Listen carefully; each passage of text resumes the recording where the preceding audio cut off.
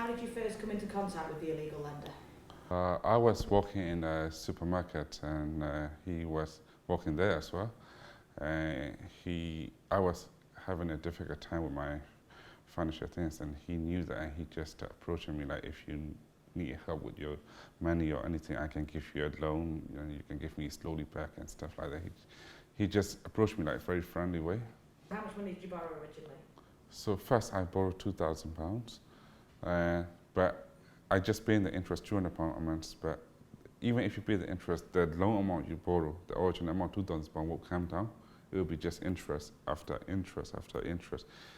Even if when you miss the interest, what will happen is the interest will go add up to the amount you borrow, and next month interest will be higher because the amount you borrow with the interest you miss is like add up. So then again you miss it, then you have to add up again. So only you will keep on paying the interest. The loan amount you borrow will never go away. So how was the loan shark collecting their money? It's cash. Cash. Normally I need to go to his place and give it to him. If I miss, like in the morning, he would just call me, you better come and pay me. If I don't go and pay in the morning, in the afternoon he will be in my house, knocking on the door. And sometimes what happens is like, if I'm not at the house in the afternoon, he came in the evening time when my kids are at home. So he knew that if I got my kids in my house, I'm vulnerable, so I would just give him whatever he says. So these people, they just find out all your weaknesses and how to get hold of you, and they would just pin it down. They would just take advantage of it. And they would just, once you got under pressure, you will say yes to whatever they say to them. That's the point, and then they put the money up. And then when you go and confront them, they would then remember that day I came to your house. You told me yes, yes, yes, brother, yes, brother, yes, brother. And that's when that amount came to this. That's not our fault, that's your fault. And they put the blame on you. So how did it make you feel? Oh, I feel like, I want to do something really bad, but I look back and I got 2 kids and my family, they only got me here. So like, I didn't know I can do this. And, I spoke to my wife. I didn't tell my wife what's happening to me at that point because I didn't want to pressure on her because she's with 2 kids. My kids are very young at that time. So I just keep it for myself. And I spoke to my father and he said, look, I already give you this and that amount of money, so I cannot help you anymore. You better deal with yourself and do something about it. So then I spoke to my wife, and then she said, no, you should have told me early because like I can give you advice, and it's better to do it 2% rather than you doing it on yourself. And it's just feel like I want to do something to myself because like I feel I'm really stupid, like taking the loan off from them and making a friend with them. So I just blame it on myself, and sometimes I don't want to go outside. You don't feel like if you go out for a walk or for a job and you don't feel like, or maybe he would come up to me and say something to me in front of everyone, or he would come, I don't know which point he would come up to me and do something to me, like humiliate me or do something stupid in front of other people to, make me feel embarrassed. So yeah. You said that you threatened your family back home? Yeah, back home, yeah, because like some people, they lost their home because of him. I was very lucky I didn't get to that point with him for my parents to sign it with him in back home because he was going to that point. I called the helpline and I stopped taking the phone call from him, and then he came to my home, keep on ringing the bell and knocking the door for more than an hour. And then I thought he would go away if I don't answer the doorbell or if I don't pick up the phone. He didn't go away. He just keep on knocking like really loud, like bang, bang, bang on the door and keep on ringing the buzzer. Then I said, okay, I need to call the police. I called the police and police came and take him away. Yeah, so yeah, he would do everything away just to put pressure on you.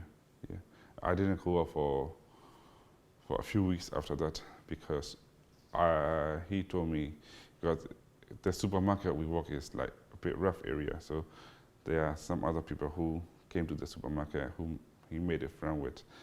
So he said, I can pay money to this guy and they will do something to you. So I didn't go out for a few weeks. So you said you called the illegal money lending team's helpline. What happened then? Yeah, I spoke with John on the line, and then we made an appointment to meet up. I gave my statements, and then the rest is like, the team go arrest him in the morning, and then they told him to stay away from me and stuff. Then he stayed away from me from that time, because he never been arrested like that before. He'd been getting away with it all the time, so that might really shock him that time. So he just really, moved away from me that time. Yeah.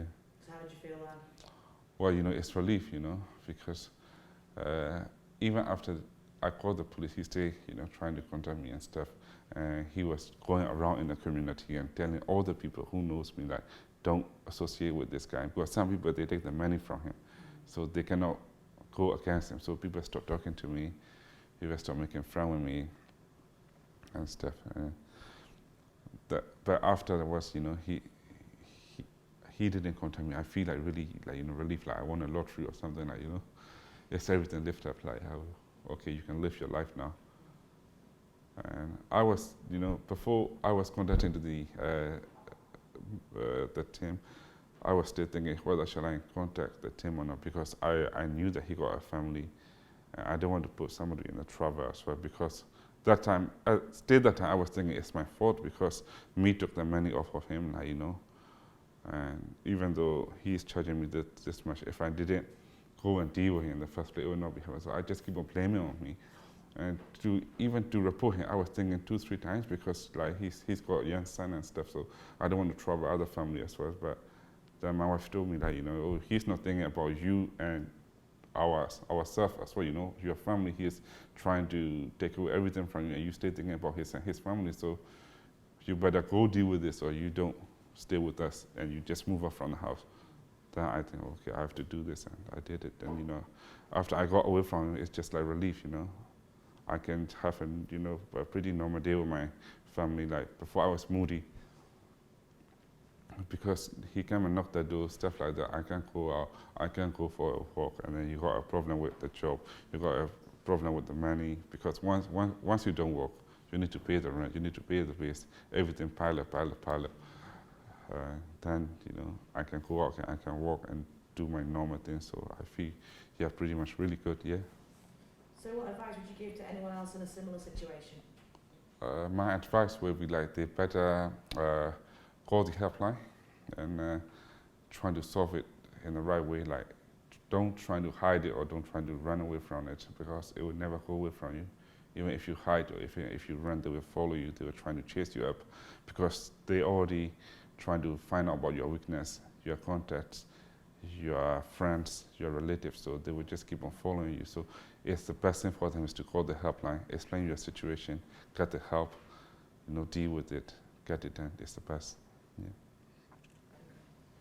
So how did you find out about the illegal money lending team?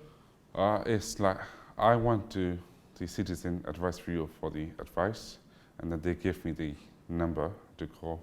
That's a helpline number, so I call it, and that's how I get in contact with the illegal money team. Yeah. If you find yourself in a similar situation to Mark, call the illegal money lending team. We're here to help. It's not uncommon for lenders to charge interest of extortionate amounts, and for that capital balance never to reduce itself. You'll never be able to pay them off. That's what they want. That's their aim. It's also not uncommon in certain communities for the lender to rely on shame and embarrassment to get you in their control and to keep you paying them no matter what.